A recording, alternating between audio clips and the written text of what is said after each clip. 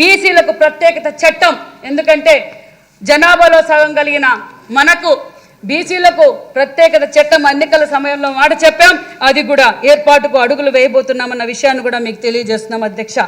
Nominated పోస్టులకు బీసీలకు 34% రిజర్వేషన్లు కల్పించడానికి చర్యలు తీసుకోవడం అనేది అధ్యక్ష.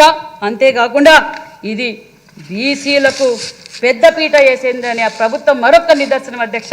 మరి స్పీకర్ గారు బీసీ అయ్యన్న పాత్రుడు గారు అధ్యక్ష, రాష్ట్ర అధ్యక్షులు శ్రీనివాస్ గారు బీసీ అధ్యక్ష, 8 మంది ముఖ్య శాఖలకు మంత్రులు బీసీల అధ్యక్ష, మరి సిఎస్ బీసీ అధ్యక్ష, అదేవిధంగా మరి మన శ్యామలరావు గారు బీసీ అధ్యక్ష, మరి ఎమ్మెల్సీలు కూడా అధ్యక్ష. మరొక్కసారి మరి నిన్న మొన్న గారు జగన్మోహన్ రెడ్డి గారికి బెంగళూరులో ఉండే ఆయనకి ఏమర్థం అవుతుంది అధ్యక్ష? బీసీల గురించి, బడుగు బడిగిన వర్గాల గురించి.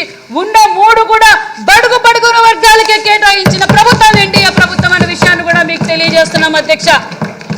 మరి ఇది బీసీల ప్రభుత్వం, ఇది ఒక మంచి ప్రభుత్వం.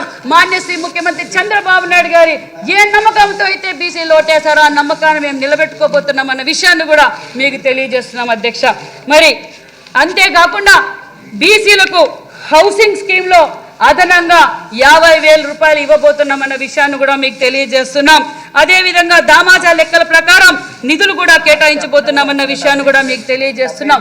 ఏదైతే మన యువగలం అధినేత నారా లోకేష్ గారు 20 లక్షల ఉద్యోగాలు ఇస్తామన్నారో, మరి 20 లక్షల ఉద్యోగాలు ఇస్తున్నాం కాబట్టి ఎక్కువగా లబ్ధి పొందేది కూడా మా బడుగు బడిగిన వర్గాలే అనే విషయాన్ని కూడా మీకు తెలియజేస్తున్నాం అధ్యక్ష.